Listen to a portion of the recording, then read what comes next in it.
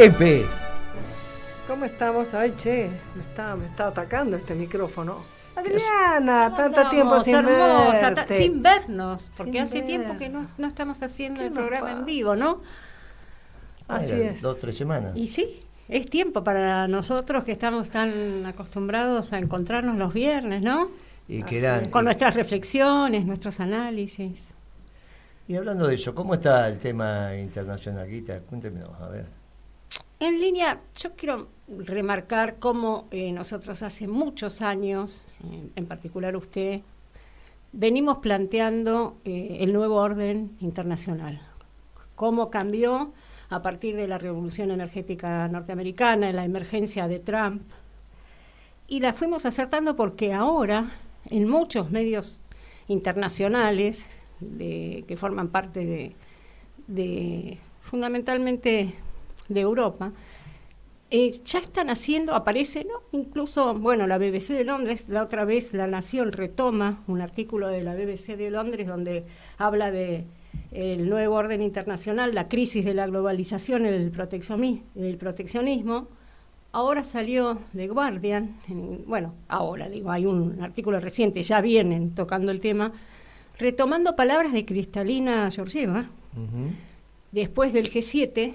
Ella habla diciendo que el mundo, que la globalización está en crisis, Georgieva, que el mundo está avanzando hacia la fragmentación, habla de una posible guerra fría, y esto ella lo dice después de la reunión del G7, donde también el canciller del Reino Unido reconoce esta situación, por supuesto diciendo que la salida no es el proteccionismo, no es asentarse en los vectores nacionales de la economía, digamos, el Fondo Monetario Internacional, los organismos de crédito multilaterales no van a estar muy de acuerdo con la crisis y el fin de la globalización. O sea, que resisten, claro, pero no pueden dejar de reconocerla. En ese marco, nosotros hicimos la lectura de que está en crisis la globalización, prácticamente los vectores nacionales de la economía, y nuestra lectura apuntaba a las dos medianeras. Una, Estados Unidos, la Federación Rusa, y la otra, China, el Indo-Pacífico, digamos, todo el tema de Taiwán. Claramente, también estas cuestiones están reconocidas a nivel internacional, y hay muchos movimientos en el tablero internacional. La cuestión entre la Federación Rusa y Estados Unidos está en una situación de impas. Me parece que con esto está muy vinculado a la resolución de la interna norteamericana en las próximas elecciones, una interna norteamericana que está muy, muy caliente con el juicio a Trump, que salió con declaraciones recientes, Trump, enmarcándolo concretamente en la interna con el Partido Demócrata. Queda claro también que en la cuestión estratégica están de acuerdo, pero, digamos, con diferencias en la implementación y creo que en los tiempos también, ¿no? El músculo militar frente a una salida más diplomática, que fue la que era la línea que planteaba Trump. Así que, bueno, salió a decir que en realidad lo que le están cuestionando es lo que ha hecho él por Estados Unidos, su política. Le están cuestionando y lo enmarcó en la interna diciendo que incluso que la hija del juez trabaja para el Partido Demócrata. Bueno, anduvo la presidenta de Taiwán por esa zona también. Fue a visitar Centroamérica. Honduras rompe relaciones con Taiwán y las establece con China. Visitó Guatemala, pero se reunió con McCarthy.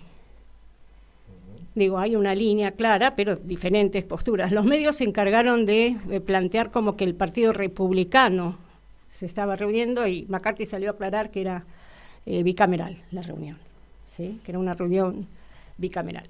Pero bueno, Lula fue a China. En este marco de la lectura de las relaciones internacionales hay que hacerla completa. Hay que hacerla completa desde el punto de vista, ¿cuáles son los países ganadores y los perdedores en función de hacia dónde uno apunta la política nacional e internacional al mismo tiempo? Bueno, parece que Brasil está apuntando claramente a China, ¿no? Tiene relaciones comerciales más importantes, según he leído, con China que con Estados Unidos. Planteó Lula que hay que generar desde las relaciones chinas brasileras. Bueno, están en los BRICS, ¿no? Creo que hay que leer que forman parte de los BRICS. Brasil, la Federación Rusa y demás. Y hay algunos que tienen una lectura dentro de los nuevos polos de poder que se están reconfigurando de que los BRICS serían un contrapeso a Estados Unidos. Okay. Desde ese lugar es que se estarían moviendo, porque incluso está planteando una moneda alternativa al dólar. Pero no solamente Lula fue, me parece que hay que leerlo en esta clave, ¿no? Cómo se están realineando y después se verán los aciertos o no, no solamente Lula, sino que también fue Macron. Y el problema es que tanto Brasil y fuertemente Francia, en particular, y Europa en general, están en una situación, en una fuerte crisis económica y como que están queriendo resolver la cuestión interna, saliendo a tener fuerte protagonismo en la cuestión internacional. Entonces Macron también fue a China, planteando, digamos, que tenía que tener Europa, tenía que tener una autonomía estratégica en este juego y cómo se está moviendo Estados Unidos, porque además Europa está perdiendo desde el punto de vista geopolítico, está perdiendo desde el punto de vista económico, está perdiendo desde el punto de vista social. Así que, bueno, todas estas movidas se están dando en el marco de la frontera, de la segunda frontera, que me parece que está mucho más activa y mucho más caliente. Lo hago cortito y al pie. Creo que en América Latina también hay situaciones complicadas, las tenemos en Bolivia, las tenemos con sus características y las tenemos en Ecuador con sus características. Hay una fuerte interna dentro del MAS, hay una fuerte crisis económica en Bolivia, así como también hay una fuerte crisis económica en Ecuador, donde hay un juicio político avalado por la Corte Constitucional al actual presidente, que tiene una orientación distinta, no es socialdemócrata. Pero lo que yo quiero marcar es que las lecturas equivocadas en el plano internacional y esta cuestión que nosotros vemos en nuestro país, pero que también ocurre en países de América, de Hispanoamérica, de Iberoamérica, si lo queremos nombrar desde una concepción más amplia, de esto de los ciclos económicos y los ciclos políticos, que distintos ciclos políticos sostienen el mismo ciclo económico, la misma política, y creo que Ecuador muestra una crisis que está conducida en estos momentos mal por un partido político y en Bolivia por otro, pero no han podido dar cuenta de la resolución de los problemas de fondo, ni el neoliberalismo ni la socialdemocracia en América Latina. Creo que esto está en juego en nuestra realidad, en nuestro continente, que hace que nos replanteemos en el marco de una correcta lectura de lo que sucede en el plano internacional, cuáles tendrían que ser las políticas nacionales asentadas en los vectores nacionales de la economía, entre otras cuestiones. Está muy bien lo que está diciendo Gitia, y esto nos remite a la contradicción que se está empezando a objetivar en la Argentina en dos campos bien claros, que es el campo del nacionalismo y el campo de los globalizadores. Uh-huh. Bueno. Y el campo de los globalizadores se está empezando a tomar cuerpo, con las maniobras que está haciendo Alberto Fernández por un lado, las maniobras que está haciendo Larreta por el otro, y obviamente la situación de Kicillof, que no está del todo claro en dónde se va finalmente a posicionar. Y entonces a mí me parece que sobre eso tenemos que marcar alguna línea divisoria. Uh-huh. Primero, Kicillof fue un claro opositor al proyecto nacional de la década ganada. Mientras estuvo la década ganada, Kicillof era opositor, pero claro opositor. En el caso nuestro fue el gran inventor del índice 7 provincias, que cuestionaba las estadísticas del gobierno nacional y popular, acompañando la estrategia de aquellos que encontraban que ahí podían ellos penetrarle un gobierno exitoso. Fue el que desarrolló conceptualmente el índice 7 provincias, ¿no? El juicio que tenemos pendiente, obviamente la persona sobre la cual es la portada del expediente, soy yo, pero ahí está Ana Edwin y otros compañeros, Ana Edwin ya fallecida, por lo tanto está retirada del juicio. Sí. La documental que fortalece la elevación a juicio de Stornelli, que finalmente el juez de primera instancia dice que son todas versiones periodísticas y nos libera de culpa y cargo, pero la Cámara, en una situación muy particular, dice no, para nosotros esto amerita que vaya a juicio, y directamente los eleva a juicio, que es lo que estuvo esta semana dando vuelta. Los medios. La documentación que toma Stornelli para decir el equipo de Moreno, bla, bla, bla, bla, es de Kicillof. O sea que no es que estamos hablando de... En el expediente, la documental que permite cuestionar a Beatriz Paglieri, a Ana Edwin, a Moreno, obviamente buscando a Moreno, y a otros compañeros, está basada en los informes técnico-académicos de Kicillof. Esto para que quede claro, son 6 meses del 2007, Kicillof era un claro opositor. ¿Cuándo deja de ser opositor? Bueno, cuando Cristina claramente hace un viraje y pasa a las cosmovisiones socialdemócratas. Ahí incluso se incorpora alguien que había vituperado a Kirchner en términos personales, como Santoro, ¿no? Los viejos tuits de Santoro no son que se equivocó, era lo que él pensaba en aquel momento, incluso quizás hasta en ese, todavía era yerno de Moró. No sé cuándo se habrán separado, la verdad que no viene el hecho, pero creo que en ese momento todavía hacía parte de la familia de Moró. O sea, la transformación no fue de ellos al peronismo, sino de Cristina, de Cristina a la socialdemocracia. Ahora, ¿cómo avanza esto? Bueno, avanza Kicillof devaluando en el 2014 y finalmente, después de casi una década, si no es una década, obviamente está por ahí, porque esto es del 2008 que se va Alberto Fernández hasta el 2022, así que me parece que hasta estamos más, de la oposición de Alberto a toda esa construcción política, aparece Alberto Fernández al 19 como candidato. Mire, 11 años después aparece Alberto Fernández como candidato. Y ahí se cristaliza el espacio de la socialdemocracia que aventuramos que iba a fracasar por todo lo que usted dijo, y bueno, ahora es un fracaso evidente. ¿Cuál es la maniobra que pasó en los últimos 15 días? Bueno, obviamente la primera gran conmoción es la golpiza a Bernis. Esto es una situación que conmueve a la sociedad, sobre todo porque no hay reacción. Y la única que reacciona es la policía de la ciudad. No hay reacción, digamos. Es una crisis tan profunda que nadie no toma decisiones. El jefe de la policía bonaerense le debe haber preguntado a su responsable político, en este caso no era Bernis, sino el gobernador, ¿qué hacemos? Y el gobernador no da respuesta. Por eso no la vemos. Suele pasar esto, ¿no? Suele pasar que en momentos de gran confusión nadie quiere tomar decisiones. Acá se ven los de verdad y se ven los de mentira. Porque los de verdad son... Hay una anécdota siempre que contamos cuando erradamente Senielina intenta darle el golpe a Menem. Yo lo cuento porque me lo contó Grosso esto, ¿no? Carlos Grosso. Sí. Dice que Carlos Grosso se levanta, porque lo llaman, que Senielina se levantó, que va a haber un golpe, se baña, se afeita, blum, blum, blum, sale corriendo, en 10 minutos está en la Casa Rosada.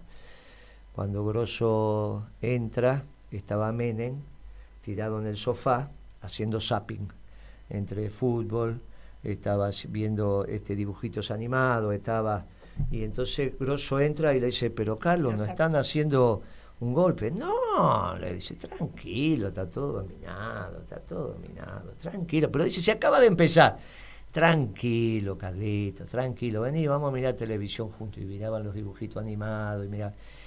Claro, estaba todo dominado, porque lo primero que había hecho Menem era comunicarse con la embajada preguntándole si eso tenía algo que ver con ello. Le dijeron que no, a las 2 horas había... Ese no era un golpe. Claro, había un comunicado del presidente norteamericano diciéndole, querido presidente, y él tenía el comunicado que le había hecho llegar al embajador diciendo, querido presidente, estaba todo terminado, ya está, está terminado. Pero eso demuestra la capacidad de conducción, bueno, el tipo tomaba decisiones. Después mandó bombardear, lo mandó a balsa, bueno, toda la historia que ya sabemos. No es lo que aconteció en esta circunstancia de Bernie, falta de conducción, reacciona la policía de la ciudad, empieza todo un ir y venir, y esa semana termina con un Twitter de Cristina, un jueves, con una frase muy desgraciada al final, donde dice, bueno, el colectivero no tuvo la suerte que tuve yo, porque a mí el tiro no me salió y a él le salió, entonces está muerto. Bueno, obviemos esa tontería de ese Twitter al final, pero al principio del Twitter dice un operativo conjunto de la policía de la provincia y de la policía de la ciudad para allanar y detener a 2, 3 colectiveros que eran los que habían agredido a... Dice, bueno, esto no se puede permitir. Claro, lo que ella ve ahí es un operativo conjunto de provincia y ciudad. Hay que poner en conjunción a la provincia y la ciudad.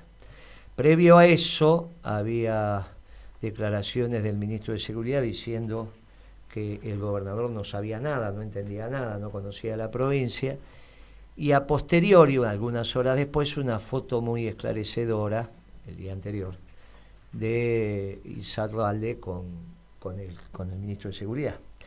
Insaurralde ahí tenía dos posibilidades, que lo hubiese mandado Kicillof o que no lo hubiese mandado Kicillof. Si él fue sin pedirle autorización a Kicillof a ver a Aníbal Fernández, es obvio que se estaba poniendo a disposición, y entonces el gran perdedor era Kicillof. Ahora, eso fue el miércoles a la noche, de la semana pasada. Cuando el jueves Cristina saca ese Twitter por el operativo conjunto, lo que empieza a quedar claro es que cuando Insaurralde va a verlo a Aníbal Fernández, va por instrucción del gobernador. Entonces el que empieza a saltar el cerco es el gobernador. Y Cristina dice, bueno, en realidad es un Twitter dirigido a Kicillof, que todos sabemos que este grupo de progresistas, salvo algunos que vienen del radicalismo, tienen la lealtad de un mosquito. Algunos radicales, algunos progresistas que vienen del radicalismo son más leales, pero la mayoría de estos que no vienen del radicalismo, es un grupito muy pequeño, que están los radicales, tienen la lealtad de un mosquito. Y Kicillof hace parte de ese grupo de progresistas, que la lealtad no es un código entre ellos. Claro, después viene esta historia de intentar hacer un acto para decir que Cristina vuelve del Cerodador, pero resulta que el hijo no está. Entonces todo empieza a estar en una menezunda que no se entiende. Del otro lado, movió Larreta. Larreta mueve, y resulta que la movida que hace Larreta cuando hace estas elecciones concurrentes, bueno, finalmente lo que hizo fue elecciones separadas, y en vez de diferenciar las fechas, las pone en la misma fecha, pero es como San Luis, que adelanta las elecciones, o las que vamos a tener el domingo de Neuquén y Río Negro. Hace lo mismo, separa las elecciones. La diferencia es que las pone en las mismas fechas. O sea, las separa, y vamos a ver el método. Ahora dicen que boleta electrónica quizá no, que boleta papel, que si va a ser un mismo cuarto oscuro, si va a haber 2 cuartos oscuros. Bueno, los detalles no se saben. Pero la realidad es que son dos elecciones distintas, y esto todos estamos de acuerdo que beneficia a Lustó. Esto trajo algún inconveniente en Cambiemos, bueno, no me interesa. Sí me interesa que esté jugando para que Lustó sea jefe de gobierno, porque el que introdujo a Lustó en el gobierno peronista exitoso, y es el primer fracaso, es Alberto Fernández, que convence a Cristina para que sea ministro de Economía. O sea que empezamos a tener 3 o 4 personajes que se van repitiendo, que es Lustó, que es Alberto Fernández, que es Larreta, y esa amistad que nosotros damos testimonio que existe porque dijimos hace mucho tiempo que se encontraban en una pizzería en Libertador y Tagle, donde se estaciona de frente. Está bien, no hay tantas pizzerías en Libertador, y todo el mundo sabe que se encontraban ahí. Y lo llamamos el proyecto Pizza Cero, ¿está bien? Donde también dijimos que estaba Santilli, que también estaba Massa, que era un encuentro generacional. Y usted fíjese que lo que hace Alberto Fernández es empezar a operar sobre Kicillof para forzar una definición de Kicillof. ¿Dónde vas a estar, pibe? ¿En qué espacio vas a estar del Frente de Todos? Kicillof, ¿qué manda a decir este fin de semana? Manda a decir que a él le gustaría que para gobernador no hubiese paso, que él fuera el candidato de los 2 presidentes o 3 que pudiera tener el Frente de Todos como precandidato. Y que en todo caso, si en los intendentes tuviera que haber paso, que hubiese paso, pero no para gobernador. Bueno, está claro, obviamente que se empiezan a juntar. ¿Lealtad de qué, dijiste? ¿Perdón? ¿Lealtad de qué? Que no te escuché. Empieza a juntarse el mundo socialdemócrata, los socialdemócratas de Cambiemos y los socialdemócratas, con su sesgo obviamente, y los socialdemócratas del Frente de Todos. Claro, el problema es Cristina, lo vinimos diciendo hace mucho tiempo, va a ser la gran perdedora de esto. Por eso, los únicos que estamos en condiciones de ponerle un manto protector a Cristina somos los peronistas. Y ella tendría que entender que debería volcar su fuerza, lo que le quede, a acompañar sin condicionamiento al candidato peronista. El candidato peronista va a haber.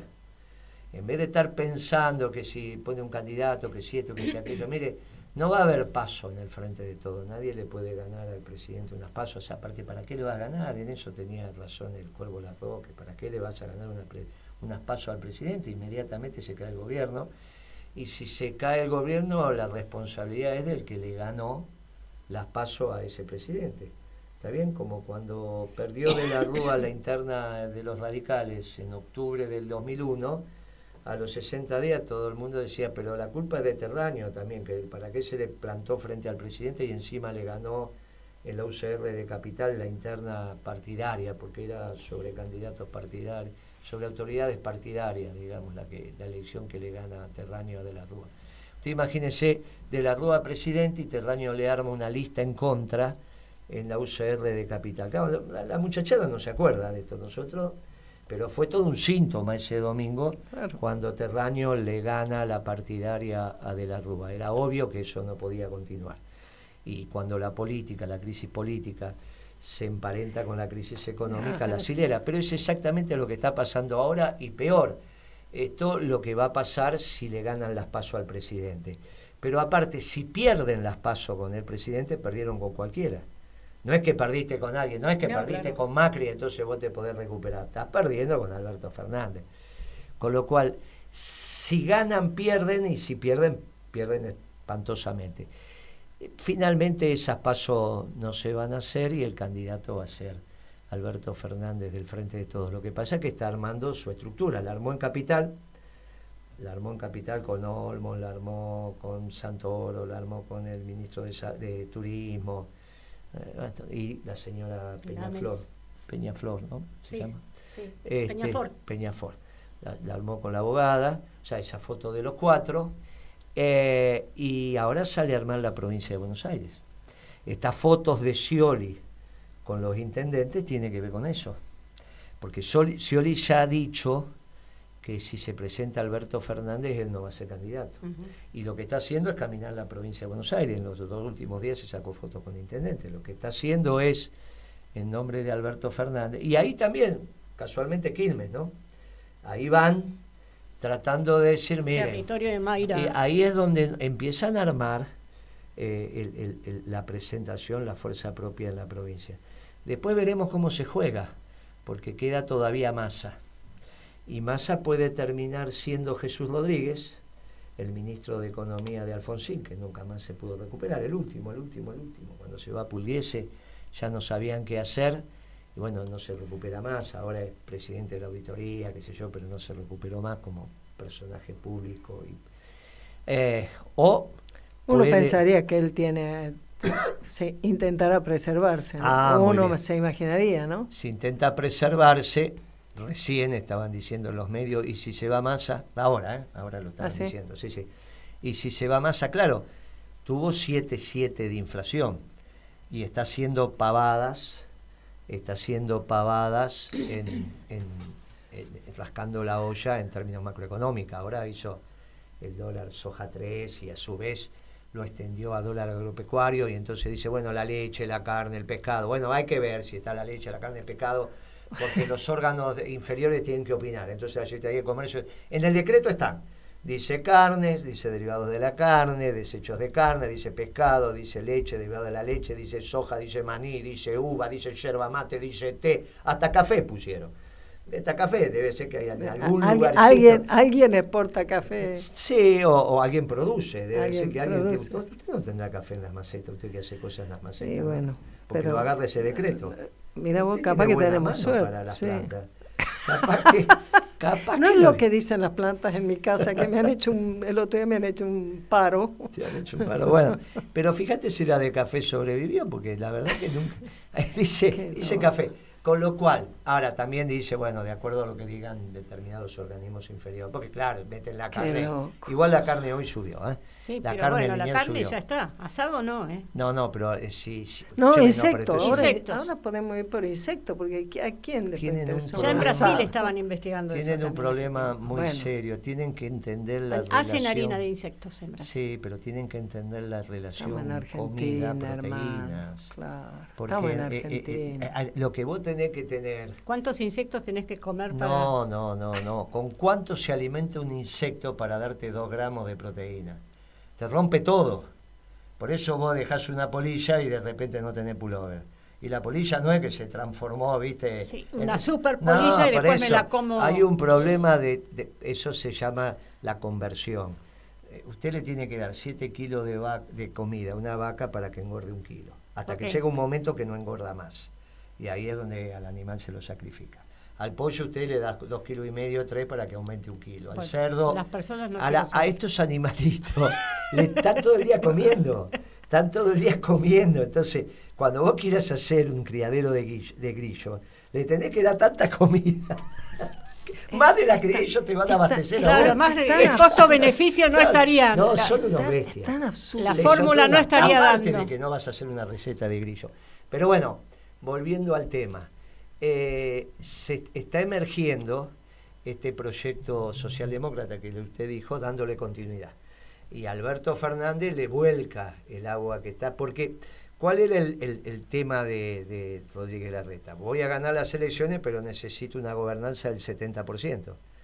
Él dijo eso, dice, no que voy a sacar el 70%, sino tengo que armar una alianza, tengo que armar un espacio político. Una masa crítica. Que dé el 70%.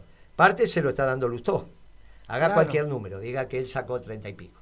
Y después, bueno, veremos en el balotaje. Pero Lustó le agrega un porcentaje.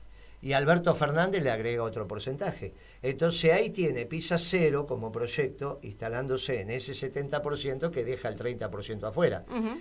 Políticamente y sobre todo económicamente. Ahí es donde emerge lo que usted bien dice como pobreza estructural. Porque ese proyecto socialdemócrata, al no plantearse la reindustrialización de la Argentina, claro. Exactamente. Bueno, es el punto. esto es lo que está pasando y sobre esto reacciona el peronismo. ¿Qué está aconteciendo? Como somos los únicos que estábamos hablando de reindustrializar la Argentina, empiezan a aparecer compañeros. Claro. Entonces fuimos a La Pampa y tuvimos un asado con Marina. Ayer vinieron unos compañeros del Movimiento Obrero que se entera que usted está viajando para allí y me dice, nosotros queremos armar principios y valores en Río Negro. Lo mismo nos está pasando en Santa Cruz y nos está pasando en Chubut. Entonces, ¿qué es lo que empieza a pasar? Mire, lo mismo nos está pasando en el sur de Santa Fe con parte del Movimiento Obrero también. O sea, se comunican para decir, bueno, viejo, vamos a esto, o vamos a morir de pie o vamos a prepararnos para lo que viene, pero obviamente el discurso. Hoy, sorprendentemente, todavía no tenemos contacto, después de lo que hizo la Sociedad Rural, que convocó a los precandidatos a presidente, pero no me convocó a mí, que era el único que les iba a decir, les toca a ustedes. Bueno, eso generó también un ruido muy grande y sectores, se llaman sociedad rural, pero no son esta sociedad rural, sino las provinciales, se empiezan a comunicar y dicen, a nosotros nos interesa mucho su propuesta. Y aunque la sociedad rural argentina no lo haya convocado, nosotros lo queremos convocar porque lo que está diciendo de la ley de arrendamiento a nosotros nos sirve. Se está moviendo la política de una manera bien interesante. ¿Qué le decimos nosotros humildemente a Cristina? Le decimos, mira, no se sigue equivocando. Acompañe la candidatura del peronismo cualquiera sea el candidato que ponga el peronismo, porque va a ser superior al candidato socialdemócrata, sea del Frente de Todos o sea disfrazado el de Cambiemos. ¿Está bien? Esto es lo que están armando. Está volcando. Finalmente Alberto Fernández le está dando continuidad a su proyecto con Rodríguez Larreta. Y el interrogante es Kicillof. Pero conociendo a Kicillof, el grado de coherencia ideológica que tiene, que obviamente este ciclo socialdemócrata en economía comenzó con la devaluación de él, y que la lealtad no es una virtud, quizás acompañe esto también. Quizás lo acompañe. Y ahí entonces empezamos a tener un esquema relevante. Empezamos a tener un proyecto que se inició, en este caso, con la devaluación de Kicillof, después tuvo esta continuidad con Macri, alcanza su esplendor con Alberto Fernández y le da continuidad con Larreta. Del pueblo ni hablemos, el pueblo la va a pasar horrible, los sectores industriales la van a pasar horrible, hay una incomprensión del mundo. Pero les digo, mire, la gran perdedora de eso no es Macri, la gran perdedora de eso es Cristina. La gran perdedora de eso es Cristina. Y es difícil caer de ser la reina Cristina, la más bonita del barrio, a ser la peor. Es muy difícil, te tiene que aguantar la cabeza. Y esto se lo digo humildemente, pero nos conocemos y ya estamos en una generación que entendemos lo que estamos diciendo. Es muy difícil desde allá arriba caerse. Así que cuidado las decisiones que van a tomar, sobre todo los que están acompañando o intentan hablar con Cristina, aconséjela de una manera solvente. Va a haber un candidato peronista. Si Cristina acompaña al candidato peronista, podemos estar en el balotaje, porque Larreta no tiene la envergadura de Macri. ¿Está bien? Entonces ya es difícil que pase en primera vuelta. Bueno, después en el balotaje el peronismo podría estar. Y bueno, a menos que se dé lo que dijo Macri, porque ve obviamente Macri que el segundo puede ser Milei si Cristina hace rancho aparte y el peronismo, tenemos el candidato que tenemos. Si Cristina apoya al peronismo, podemos llegar al balotaje y después veremos.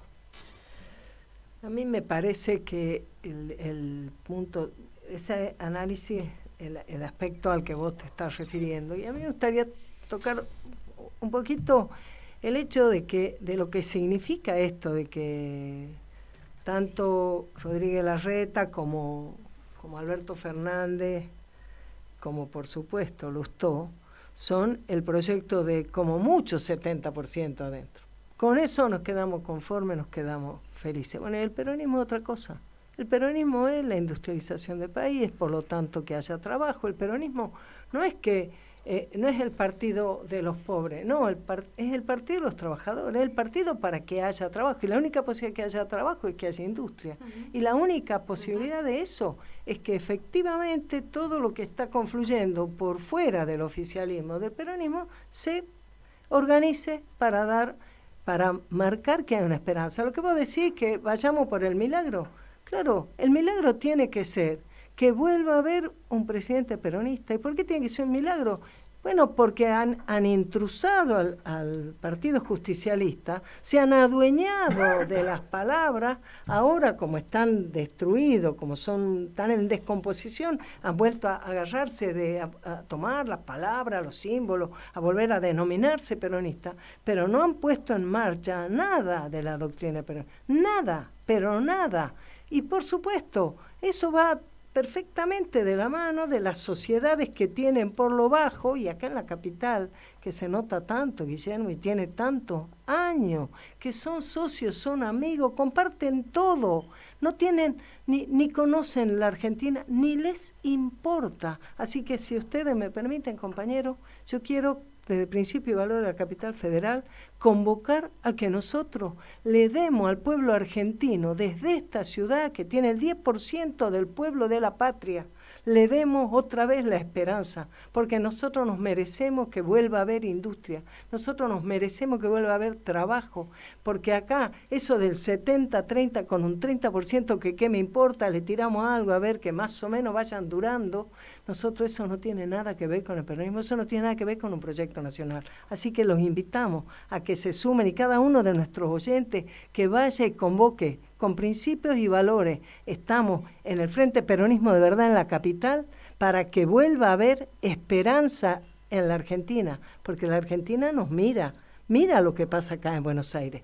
Y estos hacen por abajo negocio, y la propia discusión de Cambiemos, que es una discusión de a ver, ¿quién va a hacer negocio? ¿Va a ser Lustó y Jacobiti y todo eso? ¿O lo va a hacer Jorge Macri, el otro primo de los Macri? O sea, ¿cuál de los grupos va a tener la potestad sobre mantener los que hace décadas hacen negocio contra la población de Buenos Aires? Porque esto es 70-30. Acá en la ciudad de Buenos Aires llevan décadas haciéndolo. Ya lo han probado, lo pueden hacer, dejan el 30% afuera, hacen un estadio que después les arruina la sanidad al soldati, no les importa, y sacan la foto. Eso es Rodríguez Larreta, eso es 70-30, eso es Alberto Fernández. Palabras en vez de hecho, y el peronismo es hecho, que en todo caso las palabras pueden describir. Bien ahí, Pimpi. Muy bien, ¿habrá noticias? Sí.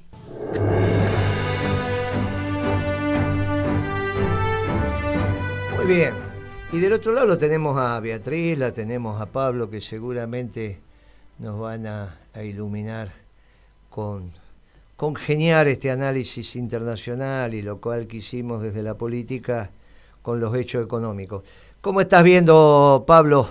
Hoy tenemos la inflación, tenemos estas visiones extractivistas, nos salvamos con el litio, nos salvamos con vaca muerta. En eso no hay diferencia, ¿eh? Tanto Macri, Larreta, como Cristina, como Alberto, todos dicen nos salvamos. Ellos están, o sea, si estuvieran en el siglo, hace 2 siglos atrás, dirían nos salvamos con el quebracho. Bueno. Tremendo. Claro, ¿cómo lo estás viendo, Pablo? Así quedó Santiago del Estero, ¿no? ¿Me escuchás bien? ¿Me sí, escuchan? Perfectamente. ¿Cómo le va? Perfectamente. Abrazos a todos. Abrazos. Mira, el punto es que esa visión extractivista se emparenta con la concepción de la globalización. Entonces, es muy importante ser preciso en los términos. Mira, hace un par de días atrás en una reunión hablamos de economía y de política con compañeros, ¿cierto? Que no son. Yo le dije, la globalización no está en crisis. La globalización está muerta. Con lo cual, casi me comen el hígado, me patean. Pero es que es así, la globalización tal como la vivimos nosotros en estas últimas décadas, está muerta de muerte fulminante y total. ¿Y por qué está muerta esta globalización? No hay que confundir globalización con relaciones económicas internacionales, que siempre la hubo desde el principio de las ciudades independientes, los reinos, siempre hubo relaciones económicas internacionales. La globalización es otra cosa, es el intento de poner reglas generales aceptadas por la mayoría de los países para arreglar las relaciones económicas internacionales. Y cada globalización, por ejemplo, hubo una globalización en el siglo XIX, el patrón oro. Hubo una globalización en la posguerra, en la segunda, el Bretton Woods. Pero esta globalización era una globalización neoliberal. ¿Y por qué está muerta la globalización? Porque se murió el neoliberalismo. Miren qué fácil. Y por eso están emergiendo las fuerzas nacionales. La verdadera opción está entre los nacionalismos que tienen la realidad de su parte y la globalización, les voy a repetir que está muerto. Ahora, aquellos políticos y fuerzas nacionales o fuerzas políticas nacionales que se adscriben a la globalización, no les quede la menor duda, compañeros, van a llevar al país a una peor crisis de la que estamos saliendo. Y esos grupos políticos son los que se adscriben además a la economía extractivista. Que les voy a repetir, economía extractivista es lo mismo que neoliberalismo, Y es lo mismo que globalización neoliberal. Está muy bien, Pablo. Era esperable el 7.7 de inflación, ¿no? Vea cómo lo percibiste. Mira, sí, sin ninguna duda, uno cuando la crisis la palpás tan en vivo y en directo y cada uno puede dar cuenta de las situaciones porque es muy, muy grave, es muy grave. Realmente consumir alimentos está siendo, como vos lo venís marcando, ¿no? Como lo viene diciendo también Pablo. Yo la verdad me gustaría de alguna manera tomar un poco la primera parte de tu exposición, cuando aparecen ahora los litigios internacionales y tratan de emparentar con el IPC y con mi gestión, no tu gestión, porque tratan siempre de ponerte a vos como bueno, la persona responsable, que en realidad vos no eras el responsable. Sin ninguna duda había autoridades institucionales muy determinadas. Pero una de las cosas que nadie dice es que, por ejemplo, desde que yo hice la gestión del IPC, que fue por pocos meses, una de las cosas que se modificaron y sigue siendo vigente, porque hoy estamos conociendo el índice siendo 14 de abril. Antes se hacía el índice los 2 o 3 primeros días, es decir, no se hacía nada, se apretaba un botón y a partir de apretar un botón se generaba un número que realmente generaba muchísima incidencia. Eso es algo que se modificó con mi gestión, con la gestión para ponerla bien en la cabeza de Néstor Kirchner. Con lo cual, me parece que hay algunas cuestiones que van quedando claras a lo largo de todos estos años que nos vienen persiguiendo, y sin ninguna duda hay algunas cuestiones que te quieren poner a vos como cara visible de algo que no fuiste nunca responsable. Y mucho menos con lo que tiene que ver con los ajustes con el PBI. Y a veces a mí me llama un poquito la atención cómo hay funcionarios que aparecen en determinados momentos, como puede ser Marcur, que es parte del equipo de Massa, pero que fue también parte del equipo de Labaña, y que fue parte de la negociación de esa deuda ajustada por PBI, no por el SER, que era la que tenía que ver con el IPC, sino con la parte de la deuda que tenía que ver con el crecimiento.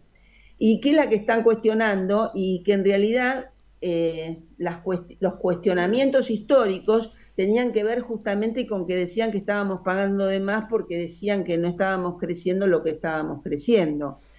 En realidad lo puntual de estos reclamos tienen que ver sin ninguna duda con la gestión, que ya inclusive Ana Edwin no estaba a cargo del INDEC. Estaba Norbert Piskovich, y que tiene que ver con la responsabilidad de Axel Kicillof como ministro de Economía. Por eso me parece que vamos a tener que seguir repitiendo estos temas.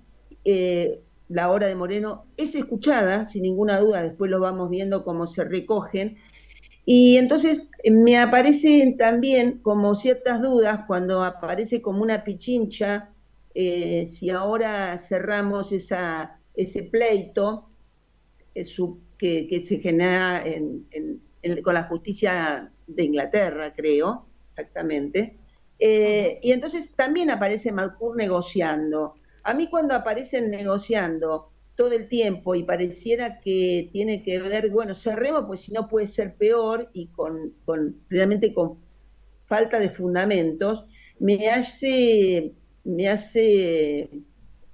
yo fui tantos años funcionaria pública que nosotros decíamos son doble comando, ¿viste? Están de un lado y del otro de la mesa. Y un poco siempre esa frase que vos decís, al Vaticano va lo que...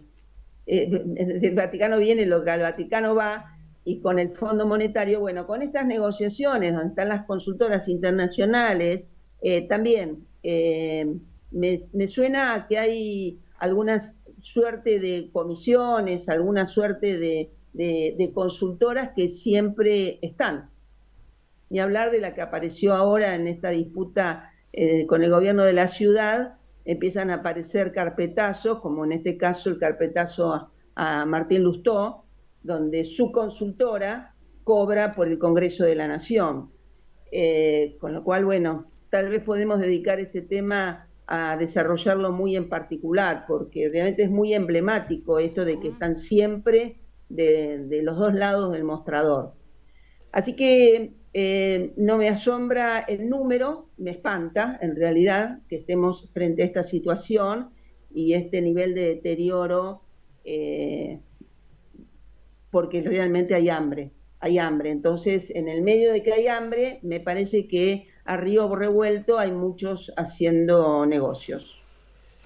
Están así que si uno repasa, que vos lo hacés habitualmente, la trayectoria de Alberto Fernández, de Larreta y de Lustó y alguno más, vamos a encontrar los vasos comunicantes. Por ejemplo, en el equipo de Kicillof y el equipo de Lustó han estudiado en las mismas universidades inglesas, se han graduado en las mismas universidades. Esto ya lo habíamos dicho, vos lo has... están de alguna manera todos transitando por el mismo carril. Después toman opciones políticas, partidarias en términos de conquista de votos, pero en estructura de pensamiento, en proyecto de país, son lo mismo. Y Alberto Fernández ya desde el 2007-2008 que tenía como ejemplo la concertación chilena, ¿no? Esto no se cambia, en estas cositas nos discutimos, pero entre otras cosas la política económica sigue siendo la misma. Y esto me parece interesante que refresques para el próximo programa esta trilogía, incluso a ver Massa por dónde viene, porque también es un encuentro casi generacional, ¿no? El mayor de todos ellos es Alberto Fernández, pero encuentra para dónde transitar, cómo salir. Obviamente que aquí está el interrogante Massa. ¿Por qué Massa se quedaría? ¿Cuál es el incentivo de Massa para quedarse? Y si le garantizan la protección, llegando, digamos, al 10 de diciembre con este mamarracho de 20 tipos de dólares distintos y toda esta payasada, si le garantizan la protección el día después o, como uno presupone, entre que termina la elección y viene y asumen, va a haber un tema, un gap de tiempo, y ahí la palabra clave va a ser sincerar, ¿no? Vamos a sincerar la economía, pero cuando vos sincerás la economía, el gobierno que está se lleva toda la porquería. Bueno, ese sería el caso de Jesús Rodríguez. Me parece que ahí se van allanando los caminos. No descarto también la imposición de la realidad, porque esto del dólar soja no les viene para nada bien. Imagínate que lo que han podido comprar de dólares en una semana, que son las semanas más importantes, son 400 millones finalmente, ¿no? Ayer compraron 300 y pico, pero hoy ya compraron 100 y pico. O sea, no viene con el dinamismo que tuvo el 1 y que tuvo el 2, porque no está el compromiso de las exportadoras que tenían la soja en stock. Ahora el stock lo tienen los productores, y entonces la soja, el maíz que se tiene que vender, es el maíz de esta cosecha. Mientras que el año pasado lo que se vendía era el stock, parte del cual lo tenían las exportadoras. Entonces Aracle, que ahora es asesor del presidente, era muy fácil tener compromiso. Hizo un acuerdo para vender más caro su propio stock. Mirá qué bueno. Qué bien, qué importante. Los mostradores, ¿no? El mostrador, un lado, el otro. Es importante para el ministerio llenarse de asesores así, así claro. Nos hunde del todo. Pero lo que planteó Pablo, de también el vaso comunicante en el modelo extractivista, porque me ven, piden reuniones los muchachos del progresismo, y te dicen, bueno, pero no nos salvamos con Vaca Muerta, con el litio, ahí no tenemos los dólares. Y cuando uno le dice, pero ustedes no estaban en contra del quebracho, como lo hicieron los ingleses, no decían que eso estuvo mal. Ahora estaba mal para el quebracho y está bien para el litio. ¿Cómo es que qué les pasó? Por eso que está diciendo Pablo Chaliú es muy importante, pero muy importante. Cómo se vinculan también en el modelo rentístico. porque finalmente el modelo de producción y trabajo es el modelo del peronismo. Y esto está dando que hablar, es importante. Me parece no sea cuestión que quizás en eso también vayamos transitando una agenda y varios empiecen a hablar de industrializar el país. Nos conformamos, no, lo nuestro no son proyectos personales. Pero obvio, por supuesto. Bueno, Guitia, se nos fue yendo el programa. Se nos fue rápido, bien, se nos fue rápido. A ver, Pimpi. Yo quiero decir algo que no tiene nada que ver con lo que venimos hablando. Quiero apelar a que la publicidad del gobierno nacional explicando quiénes son los sectores que se tienen que vacunar, que son los prioritarios por la gripe, ¿no? Sí. Que dejen de invisibilizarnos a las mujeres, que no digan, quieren decir personas gestantes para las personas que no se ven a sí mismas como mujeres están embarazadas, no me importa que incluyan, me niego a que nos excluyan. Las mujeres embarazadas son mujeres que están esperando un hijo. Quiero que esté mencionado entre las personas que deben ser protegidas. No nos escondan detrás de una frase que no se sabe qué es, o que si se sabe expresa una pequeña minoría y son mujeres gestantes. Nosotros que tenemos más de 65 años, no voy a decir cuántos más, estamos entre las que debemos vacunarnos. Las mujeres embarazadas también. Muy bien, Pimpi. Y potencialmente gestantes no son bueno, ustedes hasta los 90. Es que eso es lo que a mí aunque me no mata, quede, que digamos, escúchame, el problema de si practicar, dicen ¿no? personas gestantes, personas menstruantes, a mí me dejan afuera de todo. Salgo del universo, hermano, basta. Y no podés decir practicante, gestante. Practicante a gestar. Practicante, no gestante. No, pero podés practicar para gestar, aunque quizás no tenés que practicar más seguido. No, pero ahí están otras cosas, porque se practica no solo para gestar. Araña. Bueno, usted ya dejó de practicar. No, usted ya dejó de practicar porque ya tiene nietos. Escúcheme, nosotros no somos quiere aquí. La Noelia se está poniendo nerviosa. Cerremos, dice Mándele un beso y un abrazo a todos los compañeros. Le mando un beso a todo el equipo, a Noelia de Radio Caput, a Fer Morgaray especialmente, nuestro abrazo muy fuerte. Che, y a Ariel Carlino, que se murió su mamá esta semana, un abrazo. Un abrazo a quienes retransmiten el programa y a todos y a todas nuestras oyentes. Un fuerte abrazo peronista y hasta el próximo viernes. Nos vemos, chao.